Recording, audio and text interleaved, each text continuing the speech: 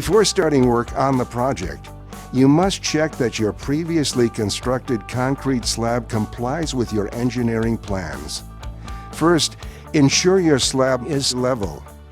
Next, ensure it is diagonally square by measuring the distances between the opposite corners on the slab. Lastly, ensure the size of the slab complies with the engineering plans. If any of these conditions are not met, adjustments will need to be made. Lastly, clear the slab of any debris of any kind, ensuring it is safe to work on.